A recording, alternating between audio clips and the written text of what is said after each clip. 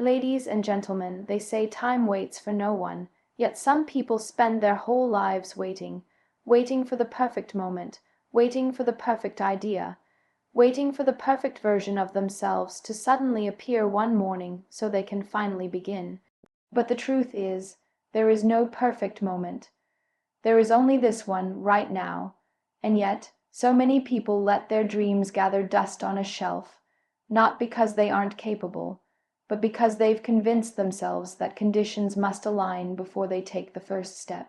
They want the stars to line up, the noise in their lives to quiet down, and all fear to disappear before they move.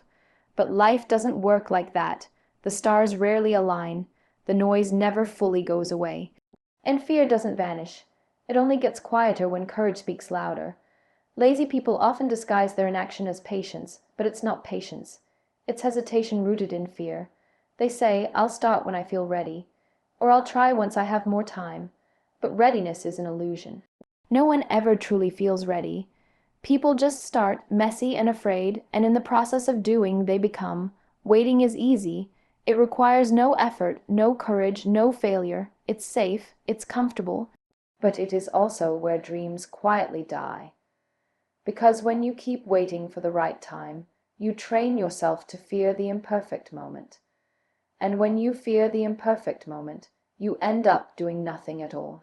There's something deeply human about wanting to feel secure before we leap, but those who move forward despite insecurity, despite imperfection, are the ones who grow. They don't need the whole staircase to be visible. They just take the first step, trusting that each step after will reveal itself along the way. Lazy people want guarantees. They want to know the outcome before they begin the journey. But life offers no such guarantees. The only promise it makes is that effort will shape you, and hesitation will hollow you. Imagine how many books were never written, how many ideas never came to life, how many people never healed, simply because someone was waiting to feel ready. The greatest tragedies are not in the failures we endure, but in the chances we never took. And often, what we call laziness is just a quiet surrender to fear dressed up as logic. We convince ourselves that it's not the right season, that we're too busy, too tired, too unsure. But beneath all of that is the simple truth: we're scared. Scared of failing, scared of judgment, scared of not being enough. But fear will never leave on its own. You have to walk through it. You have to act in spite of it. Starting small is still starting. You don't need a full roadmap. You just need a reason. You just need to say, "I may not know the whole path, but I know where to place my foot today." That's how journeys begin, not with certainty, but with intention. But lazy people wait for motivation. They treat motivation like lightning, something that must strike them before they move. But motivation is unreliable, it comes and goes. What creates progress is commitment, not motivation. The decision to move forward even on days when you don't feel like it. Even on days when your mind is filled with doubt and your heart is heavy. And then there's the myth of the perfect plan. Some people spend more time planning than doing. They write to-do lists, color, code calendars, dream big, but never take action because planning feels productive. It gives the illusion of progress without the risk of failure. But no plan matters if you don't act on it. Success doesn't come from perfect plans. It comes from consistent action. It comes from waking up, showing up, and doing the work, even if it's messy, even if it's small. The truth is, your first draft will be ugly. Your first steps might be clumsy, but the beauty is in the becoming. You don't have to have it all figured out. You just have to be willing to try, because inaction breeds doubt, and action breeds confidence. Every step you take forward, no matter how small, builds a bridge from who you are to who you're becoming. But if you keep waiting, that bridge never gets built. You stay stuck in the same place, looking at the other side, wishing you were there, never realizing the only thing standing between you and your future is your refusal to begin. Laziness is not always about lying in bed or doing nothing. Sometimes it's disguised as being too busy with everything except your purpose. It's distraction, it's avoidance, it's choosing what's easy over what's meaningful, and we all have lazy moments. not because we're bad or weak, but because we're tired or overwhelmed or afraid. But when laziness becomes a habit, it slowly robs us of our potential. It convinces us that later is safer than now. But later becomes never when now is always ignored. What if you started today imperfectly? What if you stopped waiting for confidence and built it through doing? What if the perfect time you're waiting for is a lie that's keeping you small? The people who change their lives, the ones who build something meaningful, they feel the same fear you do. They just choose action over comfort. Not because they're fearless, but because they've decided that growth matters more than staying safe. So many people have greatness inside them that no one will ever see, not because they are not talented, not because they don't have something valuable to give, but because they never started. They waited too long. They let fear lead, and in the silence of waiting, their dreams faded. You deserve better than that. You deserve to begin, not when everything is perfect, but because your life is happening now, because this moment is enough. Because the only way to build the future you want is to take a single brave step today. Every expert was once a beginner. Every success story started with a shaky, uncertain first move. The difference is, they didn't wait for the fear to go away. They moved anyway, and in moving, they changed their lives. You can do the same. You don't have to be ready. You just have to be willing. And sometimes, that willingness alone is what separates the people who grow from the people who wait. One step. One choice. That's all it takes to prove to yourself that you are not lazy. You are powerful beyond measure, and your time is now. It's interesting how often the loudest people in the room are the ones doing the least. They have grand ideas, vivid dreams, and articulate visions, but when it's time to move, to show results, to put in effort, they fall silent. Lazy people often become experts in talking. They speak of the businesses they'll start, the bodies they'll build, the books they'll write, the change they'll make. They talk so well that even others start to believe them for a while, but the truth reveals itself with time, because words are easy, actions require effort. Talking becomes a mask they wear to feel productive, to feel in control, to create an illusion of progress without the discomfort of actual growth. There is comfort in words. Talking about goals triggers a sense of temporary satisfaction, like a sugar rush of imagined success. You feel accomplished just by voicing your intentions. It's deceptive because the brain interprets those declarations as progress.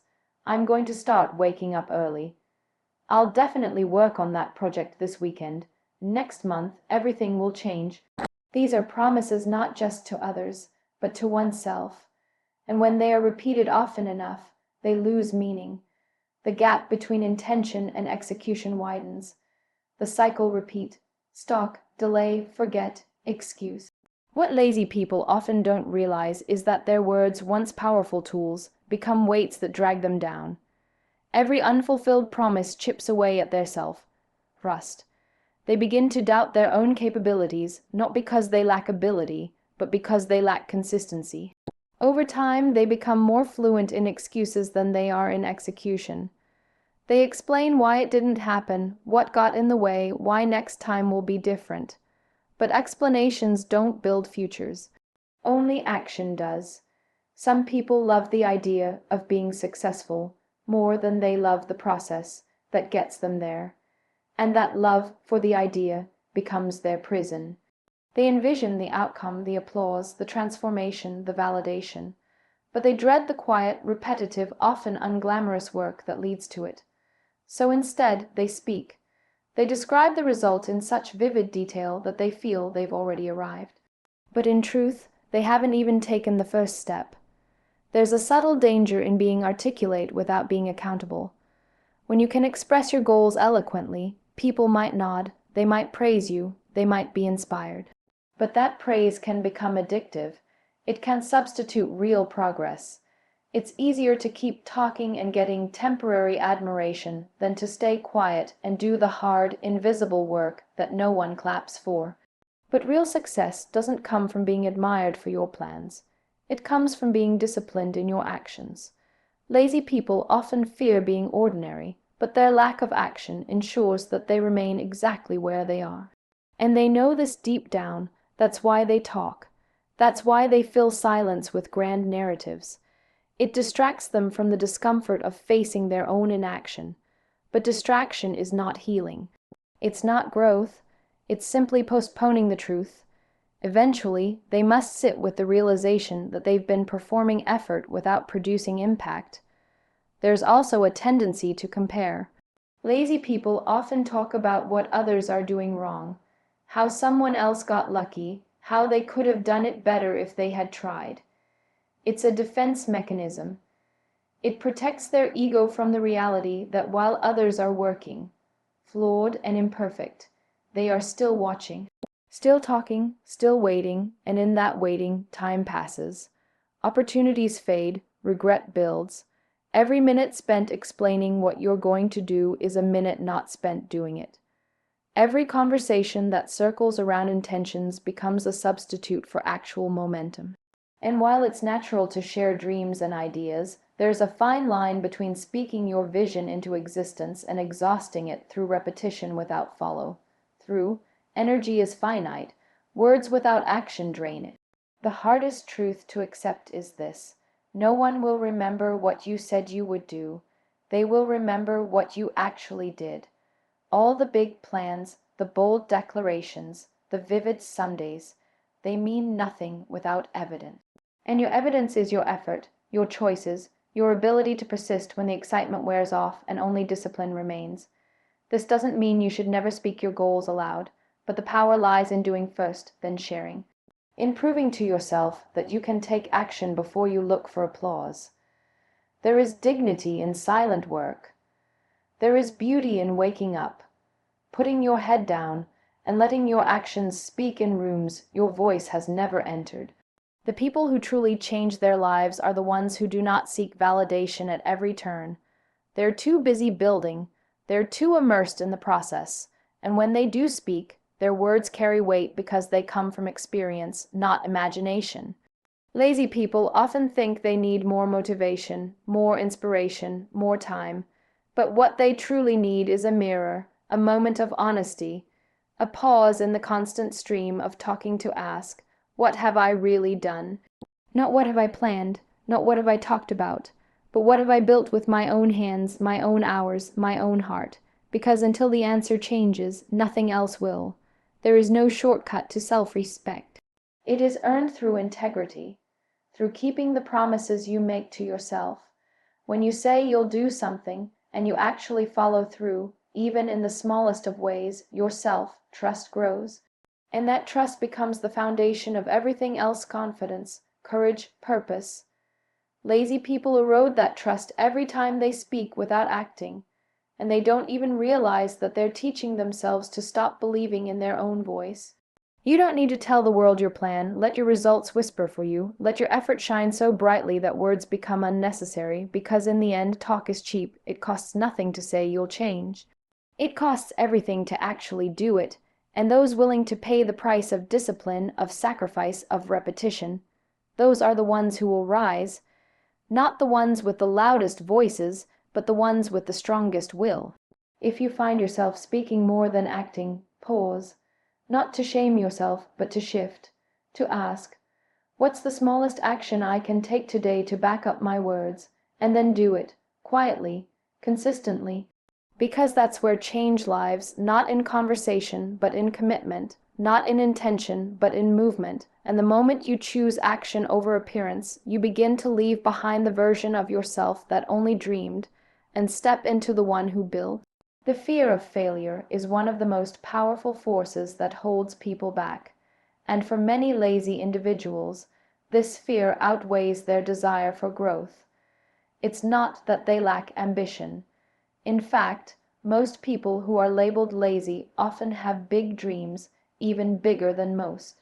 But their dreams remain in their minds, untouched and unexplored, because the risk of failing feels more unbearable than the pain of staying stagnant.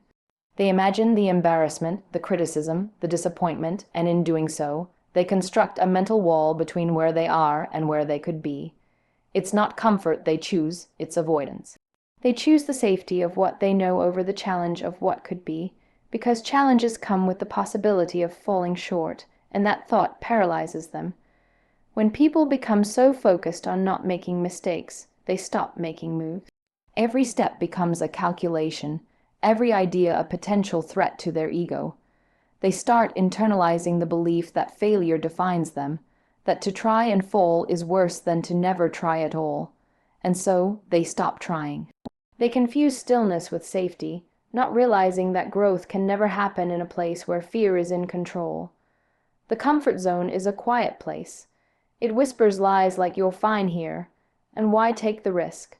But while it may feel like home, it slowly becomes a prison. A prison built out of missed chances, wasted time, and untapped potential. People often assume that those who are not achieving much are simply not interested in achieving. That's rarely true. Many people who appear lazy are actually perfectionists. They want to succeed so badly that the idea of doing something imperfectly terrifies them. So instead of starting messy and learning through the process, they wait. They wait for the day when they'll feel brave enough, skilled enough, prepared enough. But that day never arrives because courage and clarity are not prerequisites for starting. They are products of starting. You build them as you go. You don't need to be fearless to begin. You just need to begin despite the fear. But lazy people often stay trapped in this loop of waiting, not because they don't care, but because they care too much about failing. And when failure is treated like the end of the world, every decision becomes a life or death situation. They overthink, overanalyze, and eventually convince themselves that not starting is the safer, smarter move. It's not laziness in the traditional sense, it's self-preservation. They're protecting themselves from imagined pain, but in doing so, they guarantee real pain. The pain of regret, of stagnation, of watching others grow while they remain stuck. Growth is never comfortable. It involves falling short, being seen in moments of vulnerability, admitting that you don't know everything, and being willing to look foolish. But lazy people would rather look polished than be real. They care deeply about how they appear, so they don't put themselves in situations where they might be seen as anything less than competent. But here's the irony. The people who are willing to fail in public are the ones who eventually succeed in public, because growth demands humility. It demands resilience, and neither of those qualities can be developed in hiding. When people fear failure, they avoid risk, but risk is the birthplace of every breakthrough. You can't create anything meaningful if you're only willing to do what feels safe. The most impactful journeys begin with uncertainty. The most powerful stories are written by people who dared to step into the unknown, who risked falling and kept walking anyway. But lazy people often live by the question, what if it doesn't work? And that question becomes their anchor. It holds them in place, but there's a better question, what if it does? What if the risk you take changes everything? What if the failure you fear is actually the lesson that leads you to your breakthrough? People who grow don't do so because they're lucky or fearless. They grow because they learn how to fail forward. They understand that falling doesn't make them failures. It makes them students. It makes them stronger. But lazy people treat failure as identity. They personalize it. And so, they stay small. They shrink their dreams to fit their fears. They settle for less not because it's all they deserve, but because it's all they allow themselves to reach for. The most dangerous kind of laziness is not the kind where someone lies on the couch all day. It's the kind where someone has an idea, a goal, a vision, and they think about it every day, but never act on it. They live in their minds, imagining every possible outcome, and in doing so, they exhaust themselves with thoughts instead of actions. It's mental burnout without physical movement. It feels like effort, but it's not. It's just internal chaos, and the root of it all is fear. Fear of not being enough, of being laughed at, of trying and coming up short. But there's something beautiful about falling and getting back up. There's power in saying, I tried and it didn't work, but I'm still here. Because that's what builds strength, that's what builds character, The people who keep showing up despite failure, despite fear, they are the ones who grow. Not the ones who sit on the sidelines, criticizing the players while never joining the game. Because nothing is more tragic than a person with a dream who lets fear silence them. The world doesn't need more critics. It needs more creators, more risk takers, more people who are willing to try even if they might fall. Lazy people convince themselves that failure will break them, but in truth, it's the lack of action that slowly eats away at their spirit. They become shadows of the people they were meant to be, not because they failed, but because they never gave themselves the chance. Growth requires courage, not certainty, and courage is not the absence of fear. It is the decision to act despite it. You don't have to wait for the fear to go away. You just have to stop letting it drive your decisions. Every successful person you admire has failed. Not once, but many times, and not just quietly. They failed publicly, painfully, sometimes even shamefully. But they kept going, they learned, they evolved, and that's why they grew. That's why they succeeded. So many people are sitting on potential, not because they don't want to grow, but because they're terrified of what might happen if they try and fail. But what they don't realize is that failure is not the end, it's a doorway. A messy, uncomfortable, but necessary doorway to everything they've ever wanted, and the only way through is forward, step by shaky step, mistake by painful mistake, until one day they look back and realize they are no longer the same. They are stronger, braver, wiser, not because they avoided failure, but because they walked through it and found themselves on the other side.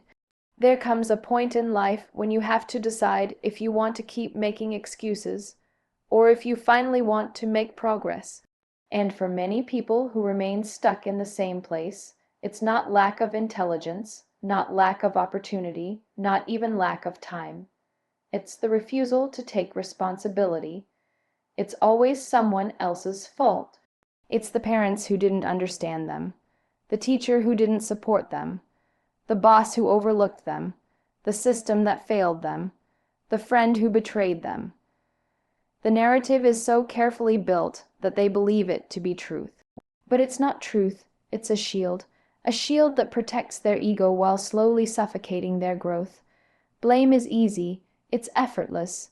It gives us a way out without ever having to look within. When something goes wrong, pointing the finger outward is far less painful than looking in the mirror. But what blame does in the long run is steal your power.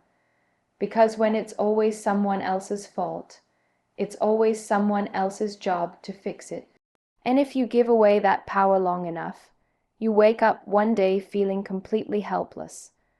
Not because you are, but because you've trained yourself to believe that everything in your life is someone else's responsibility. The truth is, the day you stop blaming is the day you start healing. It's the day you step into the uncomfortable but liberating realization that your life, good, bad, messy, beautiful, is in your hands. Maybe you didn't cause the pain. Maybe the circumstances were unfair. Maybe someone did hurt you, abandon you, or mislead you. But even then, your healing is your responsibility. Your growth is yours. Because waiting for an apology that may never come, waiting for justice that may never be served, waiting for life to become fair, it's a silent prison. People who avoid responsibility become experts at telling stories. They tell them with conviction, with detail, with emotion. These stories explain why they haven't started that project, why they left that relationship, why they never followed that dream, and maybe the stories are partly true. But truth without accountability is only a half-truth, and half-truths don't build whole lives, they build walls, walls that keep you safe, but also small. When you blame others, you give them control over your life's narrative.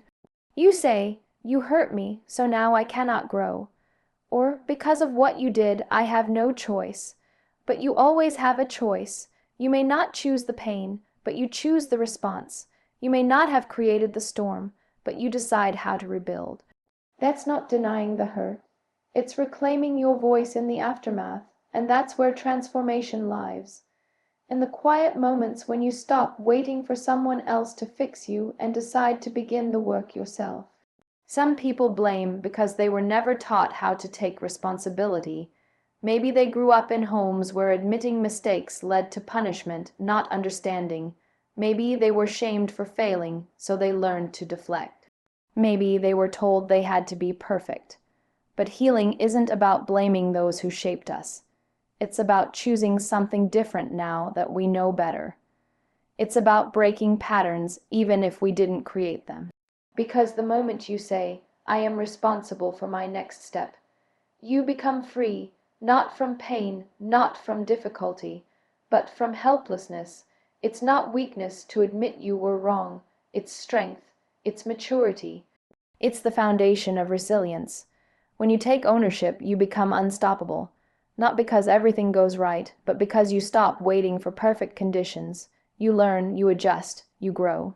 You stop playing victim to every challenge, and you start becoming the kind of person who can rise above them. And that's how confidence is built. Not from pretending you've never failed, but from knowing you can survive it, own it, and grow through it. Blaming others becomes a habit, and like all habits, it gets stronger the more you practice it. Over time, the world becomes a collection of enemies and excuses. Every failure is someone else's sabotage. Every disappointment is someone else's shortcoming. And in that world, you never change, because you've convinced yourself you're already doing everything right. But the danger in that mindset is that it creates stagnancy. You live in the same cycle of frustration, wondering why nothing changes, while refusing to change anything about yourself. The most powerful shift happens when you go from asking, "Who caused this?" to asking, "What can I learn from this?" Because that shift takes you from being a passenger in your own life to being the driver. It doesn't mean ignoring the harm others caused. It means choosing not to let that harm define the rest of your life. It means recognizing that your healing, your peace, your success, they're not dependent on the people who hurt you. They're dependent on your willingness to rise anyway. There's something deeply freeing about taking ownership. It allows you to rewrite the story, not the facts, but the meaning. You no longer have to wait for the world to change to feel better. You create better within yourself, and yes, it's harder. Yes, it's more painful at first.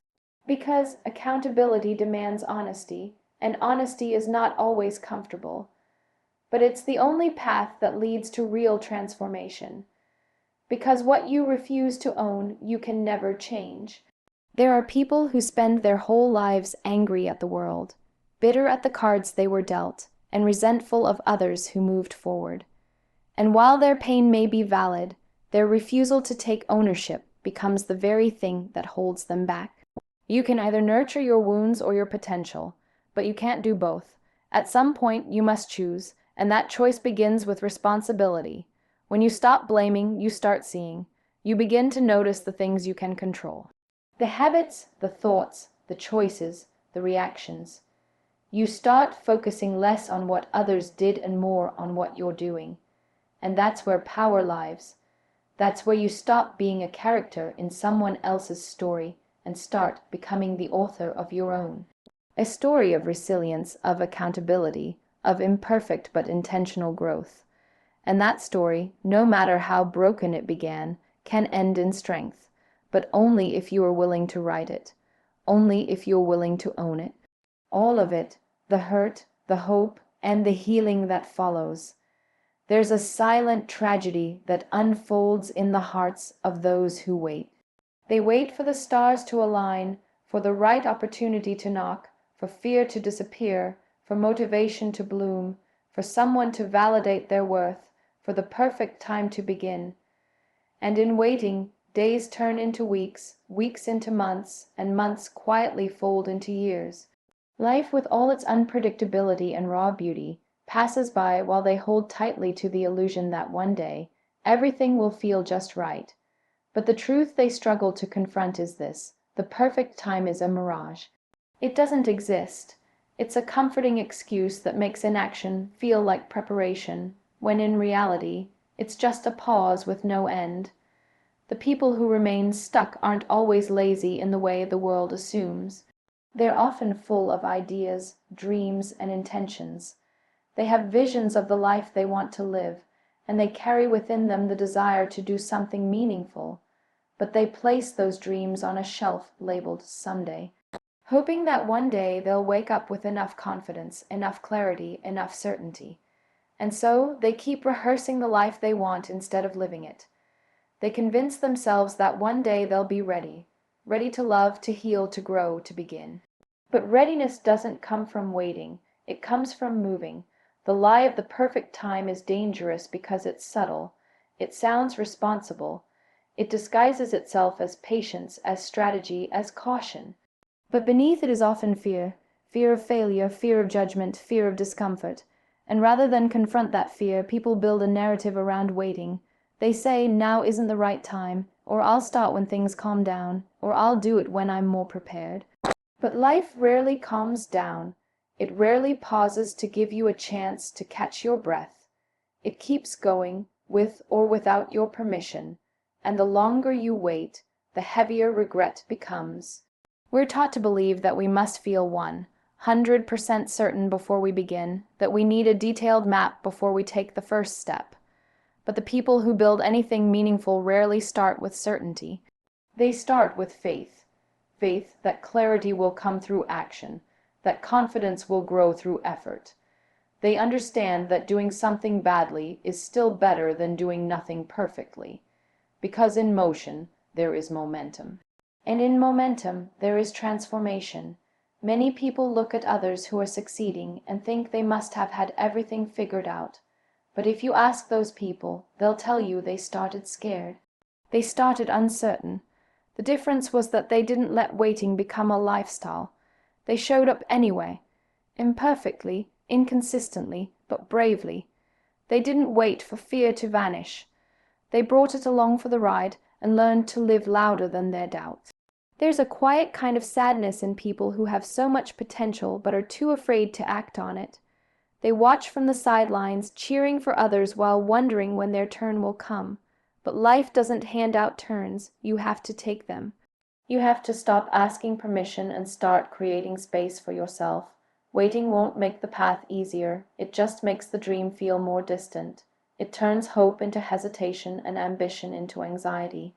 People who wait for the perfect time often struggle with perfectionism. They want everything to be just right. They want the plan to be flawless, the execution smooth, the outcome guaranteed. But perfection is the enemy of progress. It creates impossible standards that nobody can meet, and it convinces people that if they can't do it perfectly, they shouldn't do it at all. But messy action always beats perfect inaction, because every great achievement is built on a foundation of imperfect attempts. Sometimes people wait because they believe they have more time than they actually do. They tell themselves, I'm still young, or there's always tomorrow, not realizing that time is never promised. And when reality finally hits through loss, through missed opportunities, through quiet moments of reflection, they begin to feel the weight of everything they didn't do, not because they weren't capable, but because they kept putting it off. They lived in a future that never came. There are people who have spent years waiting to write that book, start that business, pursue that relationship, or speak their truth. And now they carry the burden of everything they could have been. But the truth is, the door to change is always unlocked. It's just that most people are waiting for someone else to open it for them. They don't realize that the key has always been within them: courage. The courage to begin before they feel ready. The courage to take the first step, not because they know the entire journey, but because they're tired of standing still. When you stop waiting for the perfect time, you begin to realize that now, this messy, unpredictable, imperfect moment, is all you ever truly have. You realize that action doesn't require certainty. It just requires a willingness to try. And in trying, you learn, you grow, you discover strengths you didn't know you had. You uncover resilience you didn't think belonged to you.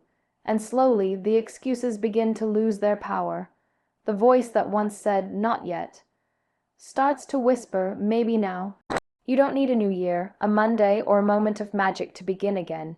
You need a decision to stop watching your life from a distance, a decision to trust that you will figure it out along the way, a decision to show up even when you feel unqualified, because success doesn't belong to the most talented. It belongs to the most willing, the ones who are willing to start, to stumble, to fall, and to rise. Everyone is waiting for something. Some are waiting for a sign, some for support, some for silence in the chaos. But what they don't realize is that the wait often becomes the wall, and the only way to break through that wall is to stop hoping for the right moment and start creating it. You build the moment by moving, by deciding that today is worthy, that this version of you, imperfect as it may be, is still enough to begin. The perfect time is a myth, a story we tell ourselves to avoid the discomfort of change. But if you want to grow, you have to stop living by that story. You have to stop delaying your dreams because they deserve more than your hesitation. They deserve your effort, your commitment, your courage. And even if the first step is small, even if it's shaky, it's still a step. And one step is always better than standing still, waiting for the illusion of perfection that never comes. Some people become masters of beautiful words. They speak of their dreams with such vivid detail that you can almost see them unfolding right in front of you. They talk about the businesses they'll build, the books they'll write, the places they'll travel, the impact they'll make on the world. They talk and talk, with excitement in their voice and conviction in their tone, and for a moment you believe they've already started. But then the days pass, and the same stories remain just that, stories. There is no action, no movement, no shift. Just words floating in the air, strong enough to impress, but too light to build anything real. Talking is easy. It gives us a taste of accomplishment without the risk of failure. It makes us feel productive, validated, even admired, especially when people nod and say, "Wow, that's a great idea." But ideas without execution are like seeds never planted. They hold potential but bear no fruit. And in time, those words, once full of promise, begin to feel empty. Because no matter how many times you say what you're going to do, it's what you actually do that defines you. There are people who constantly announce what they're about to begin. Next week, I'll start my fitness journey. After this holiday, I'll finally begin studying. Once I have more time, I'll pursue that dream. The announcements are frequent, but the follow-through is rare.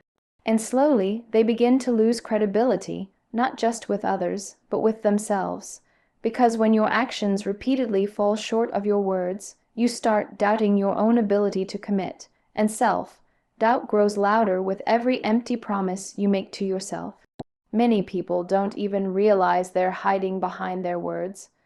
They think speaking their goals is a form of preparation. But preparation becomes procrastination when it's not followed by steps. They convince themselves that they're planning, that they're waiting for the right time, that they're getting all the details in order. But deep down it's fear. Fear of not being good enough. Fear of failing in front of others. Fear of taking the first step and realizing the path is harder than they imagined. So they talk to delay, they talk to distract. They talk to soothe the guilt of not moving forward. There's a comfort in talking. It feels safe, it costs nothing. It doesn't require vulnerability or effort or discomfort. But progress lives in the discomfort. Growth happens not in the talking, but in the doing. It happens when you turn the phone off and start writing the first page. When you set the alarm and go for that early morning run. When you say no to distractions and sit with your goals in the quiet, away from applause, away from validation. It's in those silent, consistent moments that real transformation begins. Some people talk because they need to be reminded of what they're capable of. And that's okay to speak your dreams into existence. But if speaking becomes the destination instead of the starting point, you will find yourself stuck in the same place year after year, with a library of ideas and no legacy to show for them.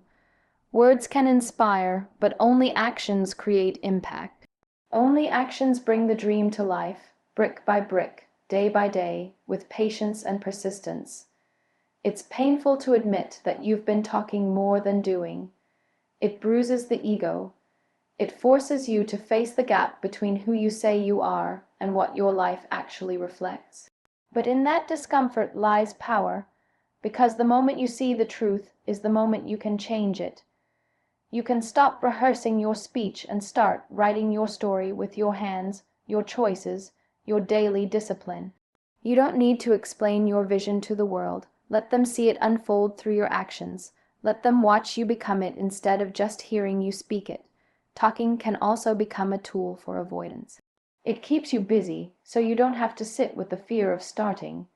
You fill conversations with declarations of what you'll do instead of facing the silence that asks, "Why haven't you started yet?" That silence is uncomfortable, but it's also honest. It holds the answers you've been avoiding.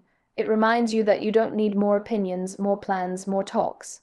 You need to begin, and beginning doesn't require grandeur. It requires humility. It's the quiet step that no one sees. It's the early morning when no one is clapping.